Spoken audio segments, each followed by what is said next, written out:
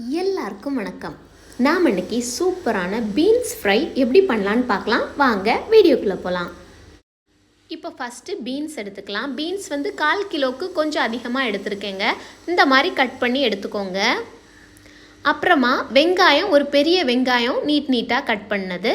அப்புறம் பூண்டு, குட்டி குட்டி பூண்டாக இருக்கிறனால ஒரு 15-20 பூண்டு இருக்குது. ஒருவேளை மலை பூண்டு எடுத்தீங்க அப்படின்னா ஒரு 4-5 பூண்டே கரெக்டாக இருக்கும். இப்போது ஒரு பாத்திரத்தை அடுப்பில் வச்சிடலாம். அப்புறம் எண்ணெய் ஊற்றிக்கலாம். எண்ணெய் நல்லா சூடானதும் 1 ஸ்பூனுக்கு கடுகு சேர்த்துக்கோங்க. கடுகெல்லாம் நல்லா வெடித்ததும் அந்த நம்ம பூண்டை சேர்த்துக்கலாம். இப்போ பூண்டு கூடையே அடுத்தது நம்ம வெட்டி வச்சுருக்கிற வெங்காயத்தையும் சேர்த்துக்கலாம்.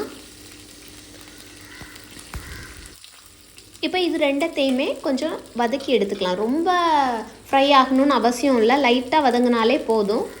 அதுக்கப்புறமா நம்ம வந்து வெட்டி வச்சுருக்கிற பீன்ஸை இது கூட சேர்த்துடலாங்க. பாருங்கள், இப்போ லைட்டாக தான் வதங்கியிருக்கு. கூடவே பீன்ஸை சேர்த்து நல்லா மிக்ஸ் பண்ணி விட்டுடலாம். ஒரு வாட்டி மிக்ஸ் பண்ணிவிட்டு உப்பு சேர்த்துக்கோங்க. உப்பு ஒரு ஸ்பூனுக்கு சேர்த்துக்கோங்க. சின்ன ஸ்பூனாக இருக்கிறனால நான் வந்து 1 ஸ்பூன் போட்டிருக்கேன். இல்லை பெரிய ஸ்பூனாக இருந்தால் 1/2 ஸ்பூனுக்கு உப்பு போட்டுக்கோங்க. போட்டுட்டு நல்லா மிக்ஸ் பண்ணிவிட்டு மூடி வச்சிடலாம்.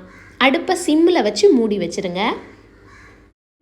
இப்போ பாருங்கள், ஒரு 10 மினிட்ஸுக்கு நான் மூடி வச்சேன். இடையில 2-3 வாட்டி கிண்டி விட்டுட்டேன்.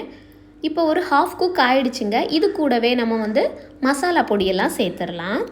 1/4 ஸ்பூன் மஞ்சள் தூள், 1/4 ஸ்பூன் மல்லித்தூள், அப்புறம் 1 ஸ்பூனுக்கு மிளகாய்த்தூள் சேர்த்துக்கலாங்க. மிளகாய்த்தூள் வந்து மல்லித்தூளை விடையும் கொஞ்சம் அதிகமாக நம்ம சேர்த்துக்கலாம். அப்புறம் இதை மிக்ஸ் பண்ணி விட்டுக்கோங்க. மிக்ஸ் பண்ணி விட்டுட்டு நம்ம மறுபடியும் மூடி வச்சிடலாம். அடுப்பை சிம்லேயே வச்சுக்கோங்க. மறுபடியும் மூடி வச்சு இன்னொரு 10 மினிட்ஸுக்கு மூடி வச்சு வேக வைக்கலாம். அடிக்கடி இடையில கிண்டி விடுங்க. இப்போ பாருங்கள், 10 மினிட்ஸ் ஆயிடுச்சு. இடையில 2 வாட்டி நான் கிண்டி விட்டேங்க.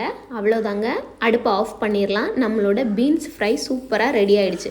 இது தண்ணி ஊற்றி வேக வைக்கிறதா இருந்துச்சுன்னா உங்களுக்கு சீக்கிரமே வெந்துடும். நம்ம அந்த எண்ணெயிலே போட்டு வதக்கி வேக வைக்கிறனால உங்களுக்கு டைம் கொஞ்சம் ஆகும். ஆனால் டேஸ்ட்டு சூப்பராக இருக்குங்க. நீங்களும் வீட்டில் இதை ட்ரை பண்ணி பாருங்கள். இந்த வீடியோ உங்களுக்கு பிடிச்சிருந்துச்சுன்னா மாதவாஸ் கிச்சனுக்கு சப்ஸ்கிரைப் பண்ணுங்கள். தேங்க்யூ.